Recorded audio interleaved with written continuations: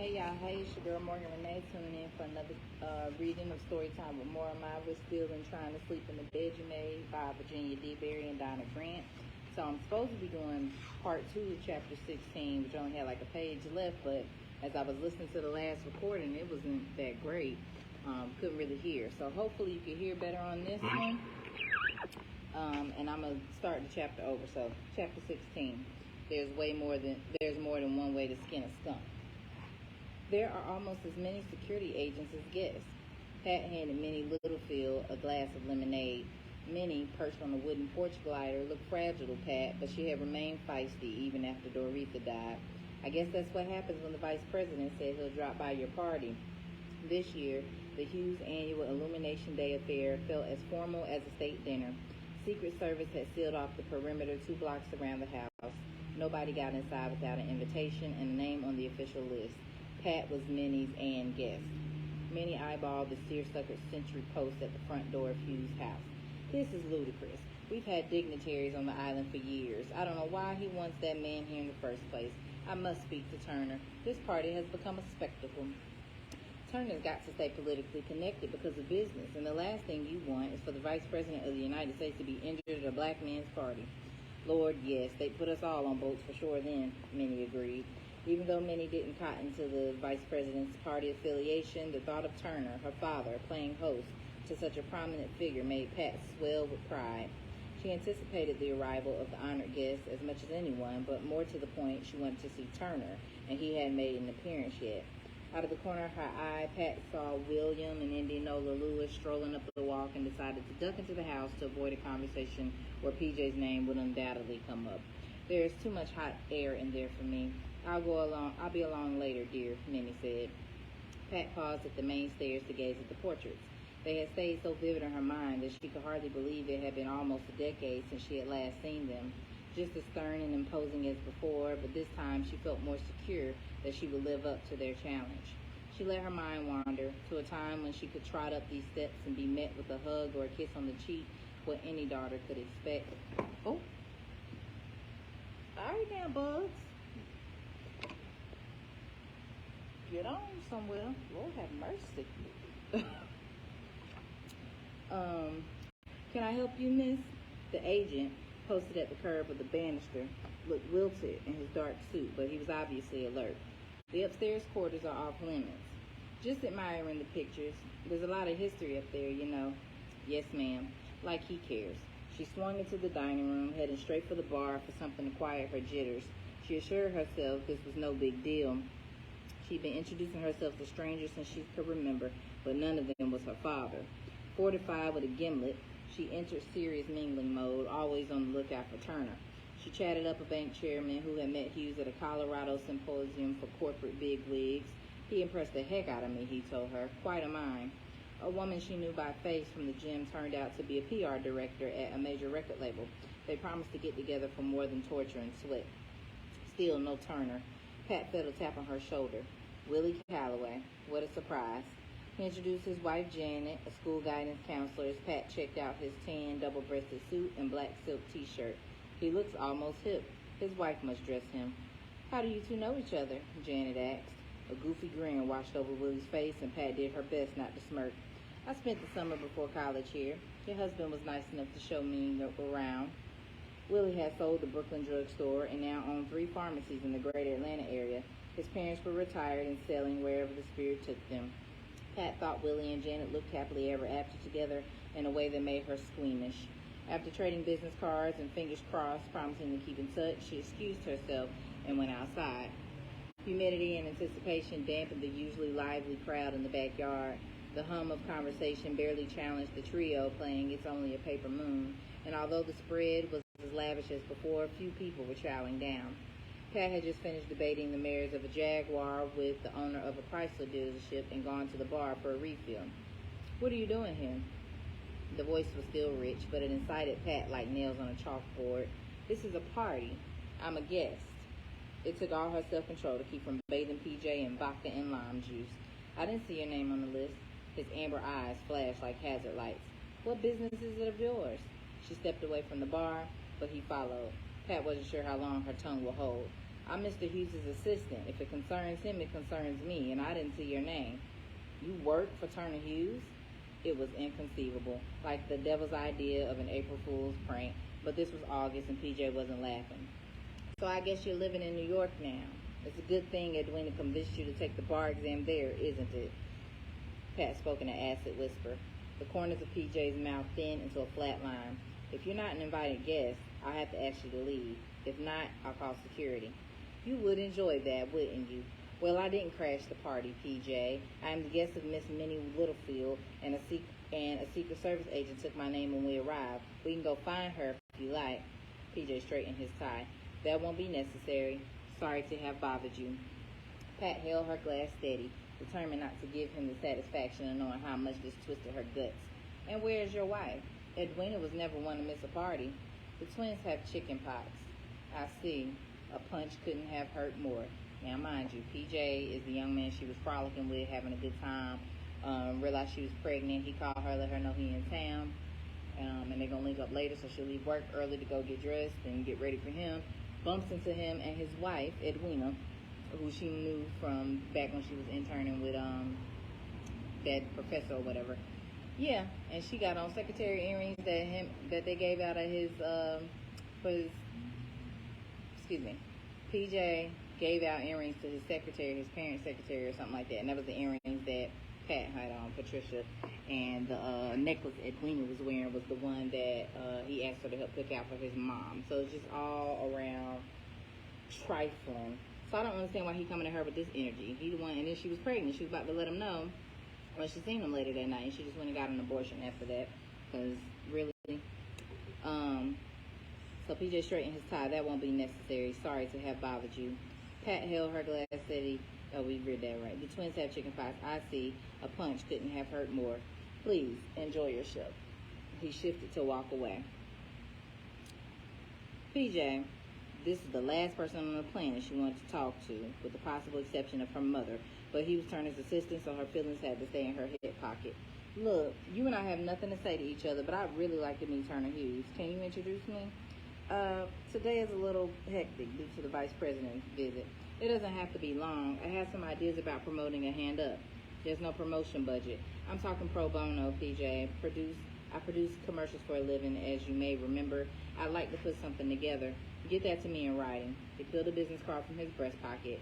That's handled through the Hand Up Foundation. I'll see it gets properly routed. Right.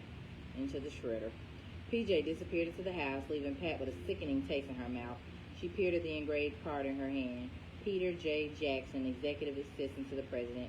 Mama or Daddy probably got him the job because he didn't pass the damn bar exams. She crumbled the card and shoved it in her pocket. I have to find a way around PJ.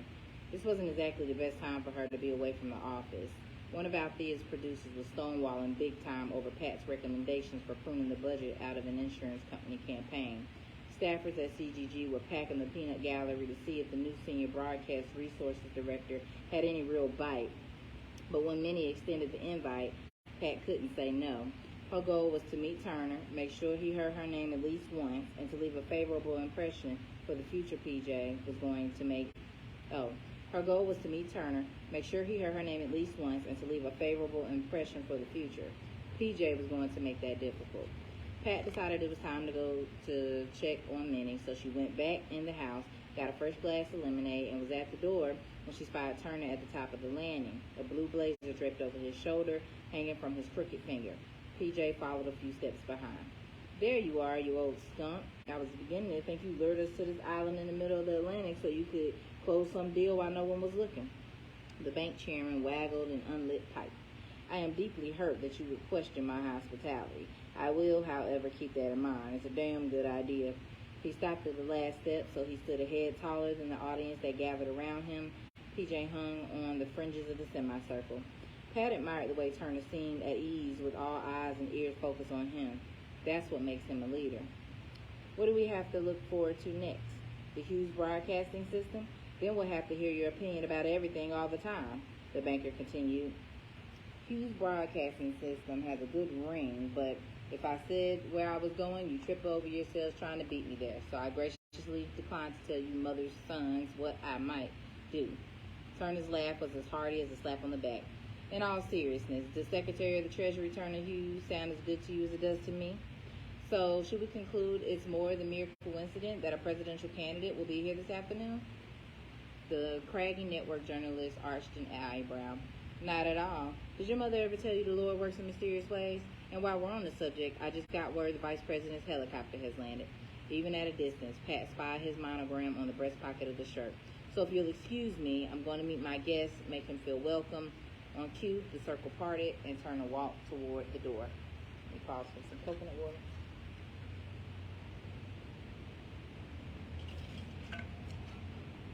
All right. This is it. I gotta say something now. As Turner strolled past, Pat called out, Mr. Hughes, Miss Littlefield says she has a bone to pick with you. Turner stopped. Pat held her breath. He looked her over with eyes that seemed tired, the whites a bloodshot beige. They were set wide and deep, like mine. And once he locked her in his sights, they seemed inescapable yet impossible to read.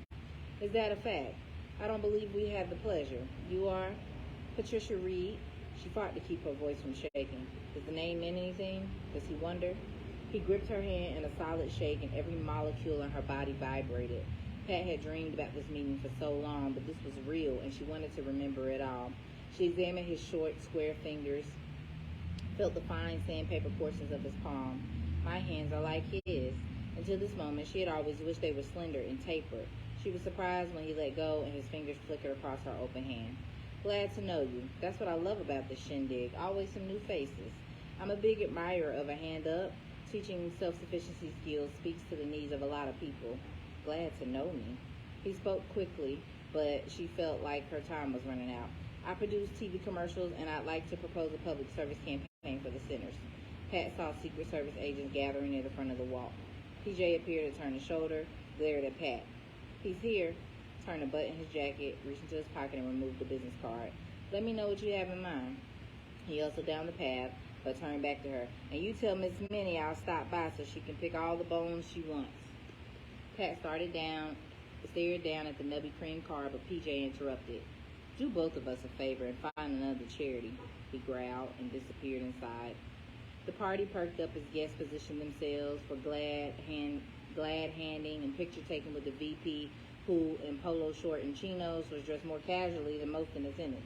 Turner made a special effort to bring him to meet Miss Littlefield, whose greeting was cordial but underwhelmed. After a once around the backyard and a great show of rib tasting, the VIPs disappeared behind the closed door of the study. But none of that mattered to Pat. She already had what she came for. That night, after she helped Minnie blow out the candles in her fragile paper lanterns and tucked them away for next summer, Pat retired to her tiny bedroom under the eaves and stayed up late, composing a letter to Turner.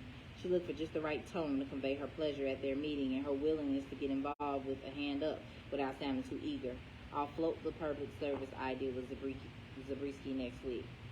Turner's business card, Pat's trophy from her vineyard expedition, went directly in her Rolodex as soon as she arrived at her office. Her new office, the one with windows. It overlooked short, dingy buildings on the side street, but she got some from 11:45 to 2:15, and Althea didn't have windows. Pat returned ready to chew up and spit out anybody who crossed her. She had a point to prove and a father to impress. First, Pat and Chris briefed her on the status of her old accounts. They think the adventurous spot is the best thing east of Oz, so you can cross that off your list, Dorothy, or are you the Wicked Witch? Creative had pitched Marcus as a candidate for Sports Quencher spokesman. I hear the tasty CEO eats and sleeps baseball. Your friend Carter's got a .314 batting average, which won't hurt, and he is one Q item. Forget it, Parker. Marcus deserved the deal as much as anybody.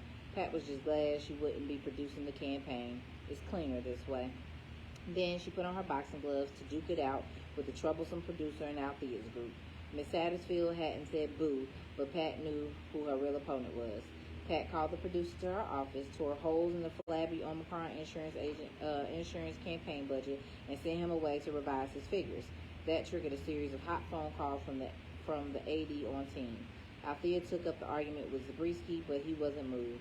The showdown took place in Ted Gravitt's office via speakerphone, and Comstock, the creative director, called from his hospital bed where he was being treated for meningitis to square off with Zabriskie over whether Pat had authority to veto budgets.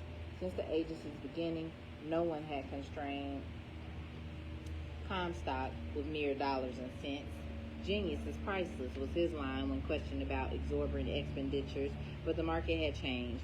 Gravitt sided with Zabriskie, and they revised figures that thousands leaner appeared on Pat's desk, giving her round one. When she left the office, she was wired, but at home, halfway through her third martini, she was still bouncing off walls and decided it was a perfect time to organize her closet. While rummaging through boxes stacked on the floor, she ran into her box of mementos. I meant to have my diploma framed years ago. Tucked in a ComEd return envelope, she found the prom picture Uncle Joe had made her get with Gail and Marcus. She knew how Marcus was doing, but for the first time in a while, she wondered about Gail. Is she still married to the asshole? What does Vanessa look like? Does probably like Gail did when she was little, with that ponytail bobbing and 1,000 dreams for the future. Pat fished the olive out of her drink. It was so salty it made her pucker. Back then it seemed impossible they would grow up and drift apart. For half a breath, Pat considered calling Gail just because. Get a grip. All this time, my hands on all ends are making me feel safe.